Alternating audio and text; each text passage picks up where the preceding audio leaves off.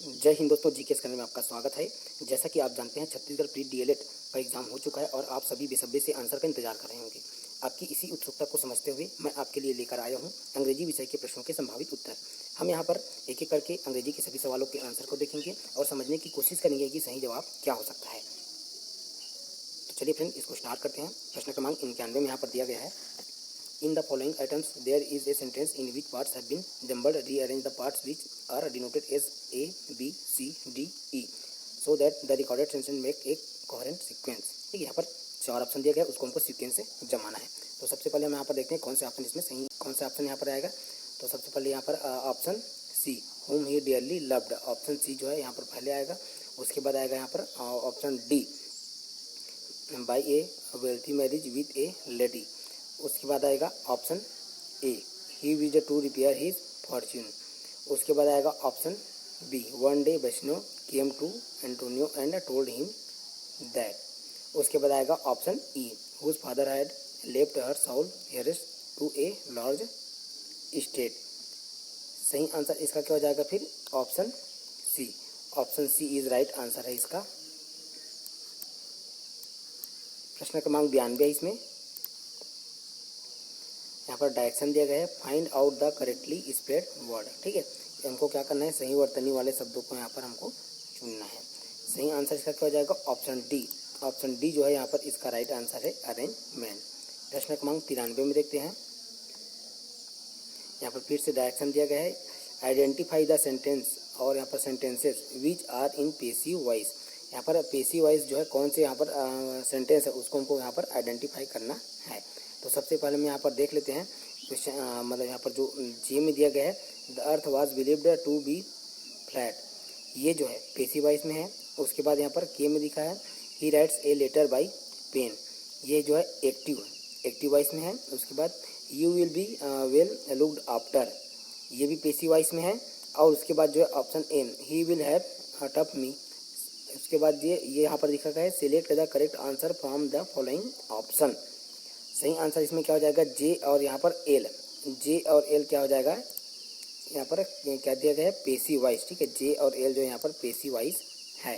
तो passive voice में क्या होता है कि वाक्य का जोर जो है क्रिया का जो ऑब्जेक्ट पर पड़ता है, तो ये जो है इसका सही आंसर हो जाएगा। फिर अगला प्रश्न देखते हैं, इसमें ये वाला सही आंसर है। इसमें अगला प्रश्न देखते हैं, प्रश्न क्रमांक 94 में। यहाँ पर डायरेक्शन दिया गया है, हमको क्या करना है, identify the sentences in which preposition are correctly used.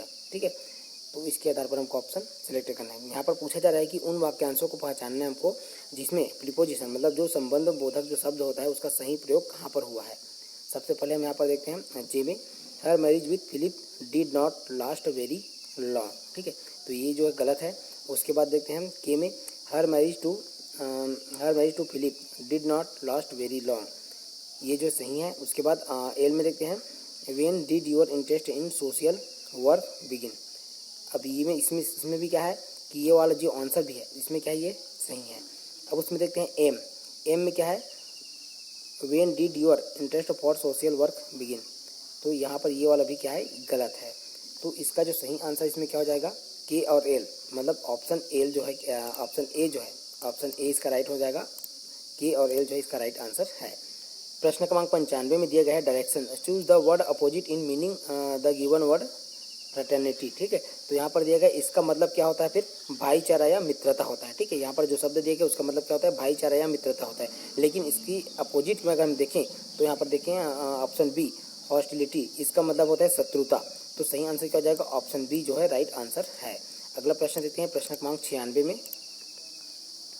In the following items, there is a sentence in which parts have been jumbled. Rearrange the parts which are denoted as A, B, C, और उसके बाद D, E, so that the reordered sentence makes a coherent sequence।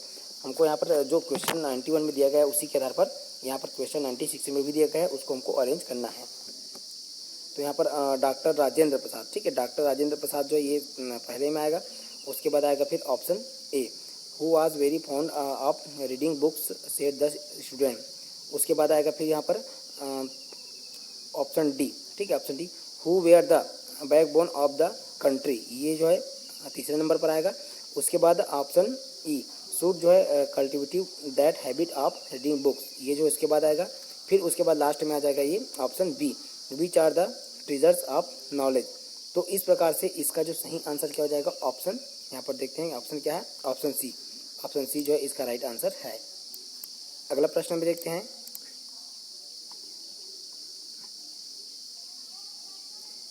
यहाँ पर direction दिया गया है, choose the one which best express the meaning of the following words predict. ठीक है, हमको यहाँ पर क्या करना है कि प्रेडिक्ट का जो हमको सही उत्तर हमको यहाँ पर चूज करना है। तो इसका अर्थ क्या होता है, पूर्वानुमान लगाना या फिर भविष्यवाणी करना। प्रेडिक्ट मतलब क्या होता है, पूर्वानुमान लगाना या फिर भविष्यवाणी करना होता है। और इसमें जो है फोरटेल का अर्थ यहीं पर क्या हो जाएगा, इसका जो सही आंसर क्या हो जाएगा, ऑप्शन बी। फोरटेल का जो है इसका सही आंसर ऑप्शन बी है। क्वेश्चन नंबर 98 है, मैच द फॉलोइंग, कॉलम 1 के साथ कॉलम 2 को मैच करना है। ठीक है, सही आंसर इसमें क्या देखते हैं, इसमें सही आंसर क्या हो जाएगा, ए का क्या हो जाएगा यहाँ पर सेकंड नंबर। ठीक है, हाँ यहाँ पर ए में दिया गया है, इसका क्या हो जाएगा फिर ये ए का यहाँ पर पेशी हो जाएगा। उसके बाद B take a seat, take a seat का फिर क्या हो जाएगा, ऑप्शन यहाँ पर चौथा। ठीक है, ये चौथा में आ जाएगा। उसके बाद जो है हाउ टाइम फ्लाइज, उसके बाद तीसरा नंबर का क्या आ जाएगा, ये फर्स्ट में आ जाएगा। उसके बाद चौथा में D I am certain that I shell give you satisfaction. तो इसका जो सही आंसर क्या आ जाएगा, ऑप्शन 3। तो यहाँ पर इसका जो राइट आंसर क्या हो जाएगा, इससे जो मिलती जुलती आंसर हो जाएगा option D. Option D is right answer. Question number 99 है, कथन एस और कथन आर के आधार पर हमको यहाँ पर ये और जो क्वेश्चन को हमको बनाना है। ठीक है, तो इसको एक बार पढ़ लेना है। उसके बाद जो है इसका सही आंसर क्या हो जाएगा, ऑप्शन डी। ऑप्शन डी जो है इसका राइट आंसर हो जाएगा। अगला प्रश्न है, प्रश्न क्रमांक 100 में देखते हैं। डायरेक्शन दिया गया है, choose the one word substitution, one word is who is all powerful. सही आंसर इसमें क्या हो जाएगा, पहला दिया गया है ओमनीपोटेंट, तो इसमें इसका अर्थ होता है सर्वशक्तिमान होता है। उसके बाद यहाँ पर जो है इसमें क्या है, ओमनी प्रेजेंट में क्या हो जाएगा, सर्वव्यापी होगा। और ओमनीसेंस मतलब क्या हो जाएगा, ये सर्वज्ञ।